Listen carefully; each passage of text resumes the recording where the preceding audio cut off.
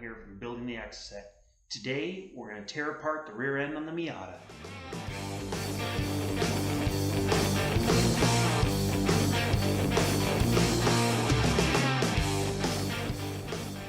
Okay, so the game plan here is a few different parts have to be done before starting to remove the components off the rear frame. First off, draining the transmission fluid. Second step is heading over to the differential, draining differential fluid. Want to get this out of the way before I start to go any further with anything. Next step then is cracking all the bolts, getting them loose before I actually disconnect the rear end of the car. Basically what's going to happen is the differential, the transmission mount point here, is going to, everything from there aft of the car is going to be removed. I'm going to place a jack underneath the transmission here to hold it and the engine and the front end up. Then I'm going to go through, crack all the bolts, get them loosened up, and then that will just basically help having some stability here while I'm untorquing all the nuts, rather than trying to do it when there's just, a loose two-wheeled car behind it. First off, underneath the middle to rear end of the transmission, you'll see the transmission drain plug here. You need to remove that. Go ahead and place your catch pan underneath. And then while that is draining, there's also a fill plug here to remove.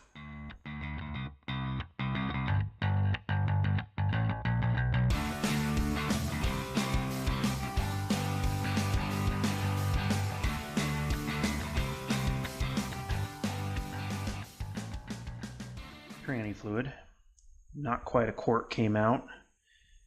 A lot of sludge and metal flake in it. No huge chunks I can see, but that's kind of disappointing. So hopefully it's not too bad. Our drain plug here.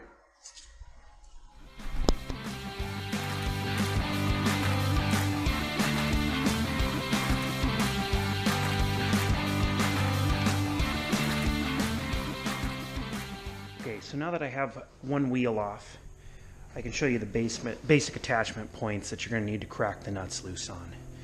Lower control arm, nut and bolt here, nut and bolt on the other side, and then nut and a long bolt going through underneath the spindle. Upper control arm, same basic idea. Point of attachment here, here, and here. You are also going to have your lower strut mount down here that is going to have to be removed from the control arm, as well as your sway bar attachment points here. Your end links are going to need to be loosened from the sway bar, which is attached to the subframe.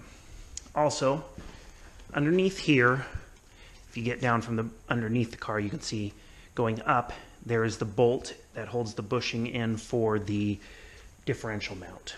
Those are kind of the basic ones. There's also, a couple other ones like this this little tie bar here underneath the two rear control arms that need to be loosened. But those are your basic points that you're going to need to crack the nuts on.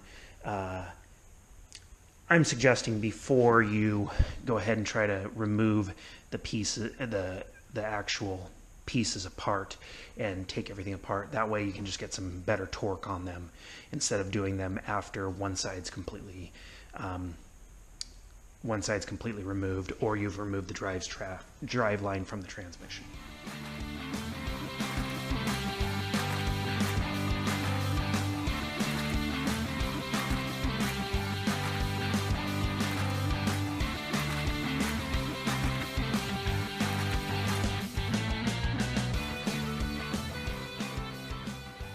CV axles. You'll see coming out of the differential here, there are 4 bolts around the CV joint that bolted into the differential there. Those will need to be removed to remove the CV axles from the differential.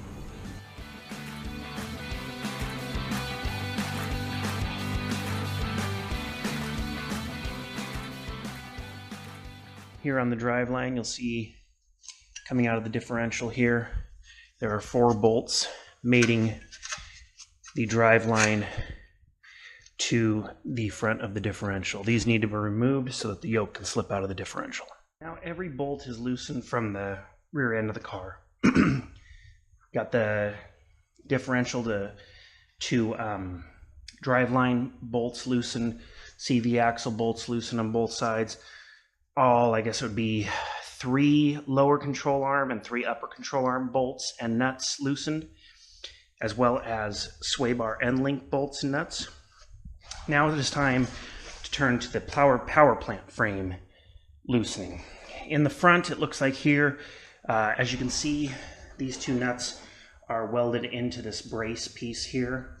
From the underside, let's see if I can get a shot here, up here, these 2 bolts you need to loosen.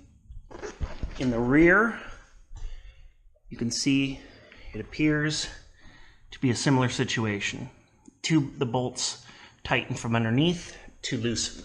Now before this part is removed, since you have U-joints here, once this is removed, the middle of the car will collapse from the weight of the transmission, since this is actually the brace holding the 2 pieces up together. So before removal of this, I'm going to get another jack somewhere under here, control arm or something, maybe under the differential, and then a jack underneath the transmission just forward of the power plant frame brace here.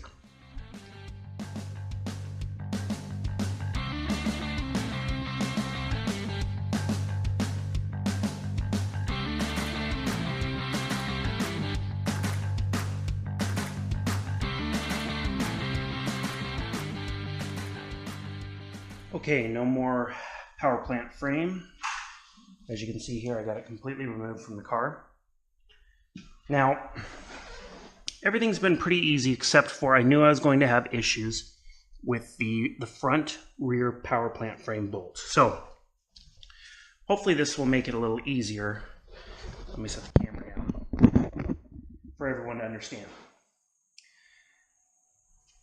This is the bolt that is in the front.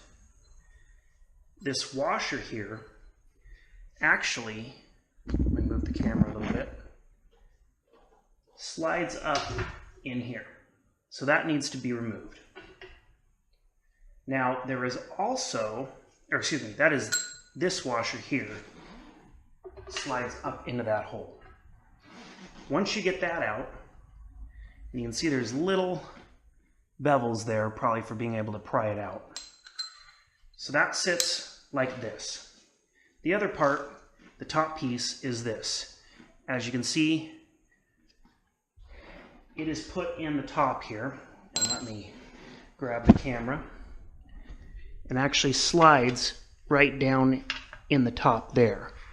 And it is sleeved in there for this washer, whatever you want to call it. Now, in order for it to come loose, you must remove this washer from the top. Otherwise, it gets caught up on this here, and it cannot slide out. So hopefully that gives you guys a little more clarification. This front bolt's the only difficult part. Everything else came out fairly easy. Now the driveline, is removed from the differential. As you can see, it mates here to this surface, this part over here with the 4 bolts. And in the front, the yoke goes in and is splined in there to wrap around this here on the input shaft. So now the car, minus the exhaust pipe that I don't know why I didn't remove that a while ago. I think I got to get to that next. Now the car is basically in 2 separate pieces. Okay, so now since I have everything removed as far as the rear end goes, driveline, everything like that removed from the Miata, now it's time basically just do a little bit of wrenching and pull all the parts loose from the subframe and should be good to go.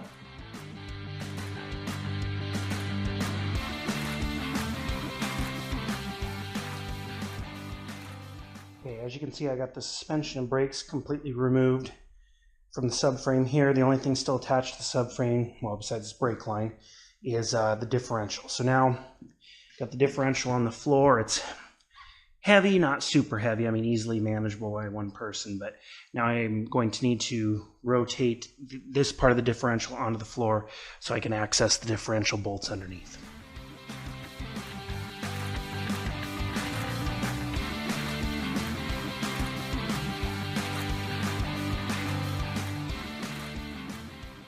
Okay, this is it.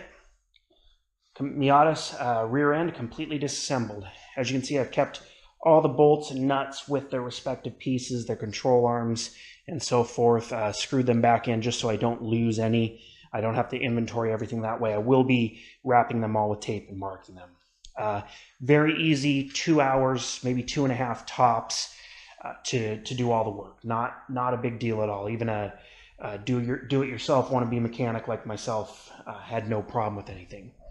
So that's it for this episode. Next time, going to be showing you guys bushing removal on the control arms, as well as powder coating all the parts. So thanks for watching. I'll see you next time.